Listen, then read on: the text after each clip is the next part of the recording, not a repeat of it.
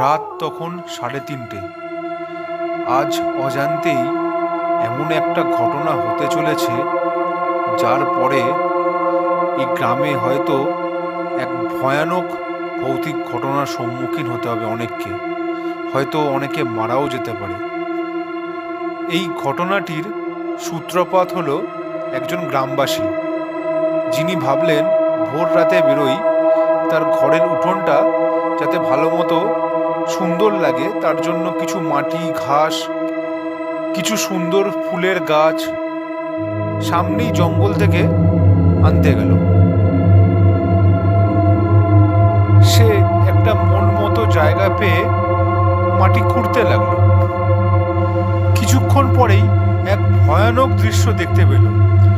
কেউ মনে হলো মাটি থেকে ওঠার চেষ্টা করছে।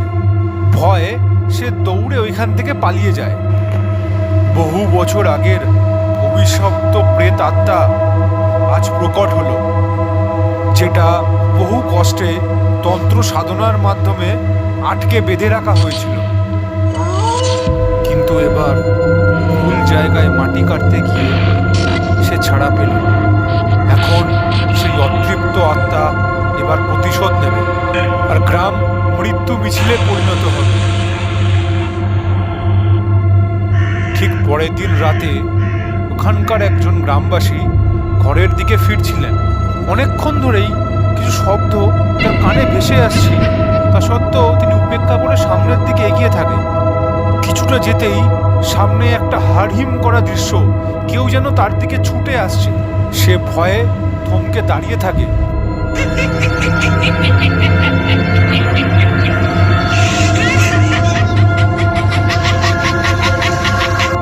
সেই ভৌতিক তাণ্ডবের দৃশ্য দেখে অজ্ঞান হয়ে মাটিতে পড়ে যান। পরের দিন সকাল জ্ঞান ফিরতেই তিনি ভাবেন যে গ্রামবাসী পঞ্চায়েত সদস্যদের পুরো ঘটনাটির ব্যাপারে বিস্তারিতভাবে জানানো উচিত, এবং তিনি যেটা আশঙ্কা করছিলেন সেই ডাইনি পিঙ্কির আত্মা কি গ্রামে ফিরে এলো, তাহলে আমাদের আর রেহাই নেই। ইতিমধ্যে গ্রামের পঞ্চায়েত সদস্যদের মধ্যে এক শোরগোল পড়ে গেছে এই ঘটনাকে নিয়ে। তখন কেউ একজন বলল যে সেই পিঙ্কির আত্মাই হয়তো এটা, যে একটু মানসিক পঙ্গু ছিল, কিন্তু গ্রামবাসীরা তাকে ডাইনি বলে লাঠি আর বাঁশ দিয়ে পিটিয়ে পিটিয়ে খুন করেছিল। আর সে মারা যাওয়ার 3 দিন পর সেই অতৃপ্ত আত্মা প্রত্যেককে খুন করেছিল যারা তাকে পিটিয়ে মেরেছিল। আর যারা চুপ করেই তামাশা দেখেছিল ডাইনি হত্যা, তাদেরকেও এক এক করে মারছিল। এইভাবে মরতে থাকলে পুরো গ্রাম মানুষ শূন্য হয়ে যেত। তাই তখন একজন তান্ত্রিককে ডেকে তন্ত্র সাধনার মাধ্যমে তাকে মাটির তলায় বেঁধে রাখা হয়েছিল। কিন্তু সে তো 50 বছর আগেকার কথা, এখন তো ওই তান্ত্রিককে পাওয়া যাবে না। কিন্তু পাড়ার একজন জাগ্রত সন্ন্যাসীর কাছে তারা গেল, যিনি সেই সময় উপস্থিত ছিলেন, ঘটনাটি দেখেছিলেন। ভাবলো তার কাছে যদি কিছু হেল্প পাওয়া যায়, কোনো তান্ত্রিকের খোঁজ পাওয়া যায়। অবশেষে তারা ওই সন্ন্যাসীর কুটিরের সামনে উপস্থিত হলো। সন্ন্যাসীজি তাদের মুখের দিকে তাকিয়ে তৎক্ষণাৎ বলে উঠলেন, কোনো সংকটে পড়েছো বাবা? সম্পূর্ণ ঘটনাটি ওনারা তখন সন্ন্যাসীজিকে বলেন এবং এর থেকে রেহাই পাওয়ার উপায় চান। সন্ন্যাসীজি তখন একজন তান্ত্রিকের খোঁজ দেন এবং বলেন, আমি ওনাকে পুরো ঘটনাটা জানিয়ে দেব এবং তন্ত্র সাধনার মাধ্যমে এই অতৃপ্ত আত্মাকে কিভাবে বশে আনা যায় সেই ব্যবস্থাও করে দেবে। ইতিমধ্যে তান্ত্রিক গ্রামে এসে পৌঁছেছে এবং তন্ত্র সাধনা কোথায় করাটা ভালো সেটা পর্যবেক্ষণ করতে লাগলেন। একটা মায়াবী পরিত্যক্ত জায়গা দেখে ভাবলেন এখানেই যজ্ঞ করাটা ঠিক হবে।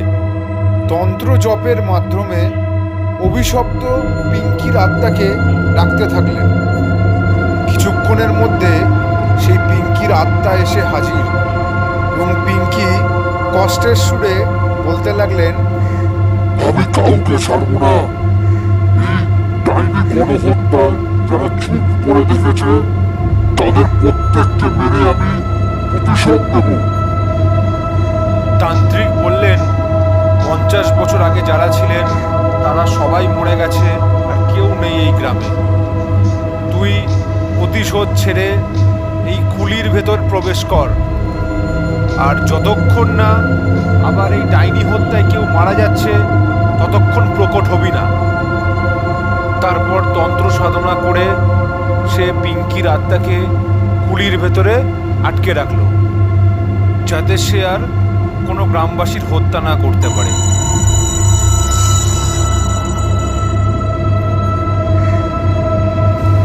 গল্পটি যদি আপনাদের ভালো লেগে থাকে তাহলে লাইক অ্যান্ড সাবস্ক্রাইব করে দেবেন।